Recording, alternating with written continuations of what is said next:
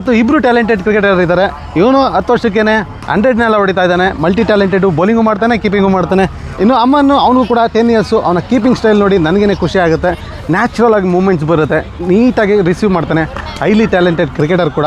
ಬನ್ನಿ, ನಿಮ್ಮ ಮಕ್ಕಳು ವಿಕೆಟ್ ಕೀಪರ್ ಆಗಬೇಕು ಅಂತ ಏನಾದರೂ ಟ್ರೈ ಮಾಡ್ತಾಯಿದ್ದಾರೆ, ಪ್ರಾಕ್ಟೀಸ್ ಮಾಡ್ತಾಯಿದ್ದಾರೆ, ಯಾವ ರೀತಿ ಪ್ರಾಕ್ಟೀಸ್ ಮಾಡೋದು ಒಳ್ಳೆಯದು ಅದನ್ನು ತಿಳ್ಕೊಡ್ತೀವಿ.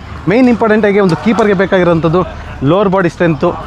ಬೆಸ್ಟ್ ಎಕ್ಸಾಂಪಲ್ ಅಂದರೆ ಒಂದು 50 ಓವರ್ ಮ್ಯಾಚಲ್ಲಿ 300 ಬಾಲ್ ಕುತ್ಕೊಂಡು ಎದ್ದೇಳಬೇಕಾಗುತ್ತೆ. ಪ್ಲಸ್ ಎಕ್ಸ್ಟ್ರಾಸು ಕುತ್ಕೊಂಡು ಎದ್ದೇಳಬೇಕಾಗುತ್ತೆ. ಅದಕ್ಕೆಲ್ಲ ತುಂಬಾ ಸ್ಟ್ರೆಂತ್ ಬೇಕಾಗುತ್ತೆ.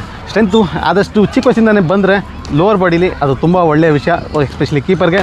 ಇನ್ನೊಂದು, ನಿಮ್ಮ ಮಕ್ಕಳು ತುಂಬ ಮಾತಾಡ್ತಾರೆ ಅಂದರೆ ಕೀಪಿಂಗ್ ಒಂದು ಒಳ್ಳೆಯ ಆಪ್ಷನು. ಕೀಪಿಂಗಲ್ಲಿ ತುಂಬ ಮಾತಾಡಬೇಕಾಗುತ್ತೆ. ಬನ್ನಿ, ಯಾವ ರೀತಿ ಪ್ರಾಕ್ಟೀಸ್ ಮಾಡ್ಕೋಬೇಕು, ಸ್ಕಿಲ್ಲು ಹಾಗೆ ವಾಚಿಂಗ್ ದ ಬಾಲು, ಲೋವರ್ ಬಾಡಿನ ಹೇಗೆ ಸ್ಟ್ರೆಂತ್ ಮಾಡ್ಕೋಬೇಕು, ಹೇಗೆ ಮೂವ್ ಮಾಡಬೇಕು, ಪ್ರಾಕ್ಟೀಸ್ ಹೇಗೆ ಮಾಡಬೇಕು ತಿಳ್ಕೊಳ್ಳೋಣ. ಹಿಂಗೂ ಈ ಥರ ವಾಲ್ ಇದ್ದರೆ ಸಾಕು. ಟೆನ್ನಿಸ್ ಬಾಲ್ ಜೊತೆ ಎಷ್ಟು ಹತ್ರ ಆಗುತ್ತೆ ಅಷ್ಟು ಹತ್ರ ಕಷ್ಟ ಆಗುತ್ತೆ. ಸ್ವಲ್ಪ ಮಿನಿಮಮ್ ಡಿಸ್ಟೆನ್ಸಲ್ಲಿರಲಿ. ಫುಲ್ ಲೋ ಇರಬೇಕು. ಗ್ರೌಂಡ್ ಲೆವೆಲ್ಗೆ ಆಲ್ಮೋಸ್ಟ್ ಕೈ ಟಚ್ ಆಗೋ ಥರ ಇರಬೇಕು. ನೀಟಾಗಿ ಇಲ್ಲಿ ಎದ್ದೇಳಂಗೆ ಇಲ್ಲ, ಫುಲ್ಲು ಲೋ ಇರಬೇಕು. ಇಲ್ಲಿಂದನೇ ಕಲೆಕ್ಟ್ ಮಾಡ್ತಾ ಇರಬೇಕು. ಎದ್ದೇಳಂಗಿಲ್ಲ, ಈ ಹೈಟಿಂದ ಎದ್ದೇಳಂಗಿಲ್ಲ. ಹಾಂ, ಕೆಳಗಡೆ ಹಾಕು, ಪರವಾಗಿಲ್ಲ, ನೋ ಪ್ರಾಬ್ಲಮ್.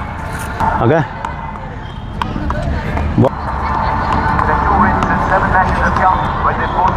ಗುಡ್ ಬಾಲ್ ನೋಡ್ತಿರ್ಬೋದು.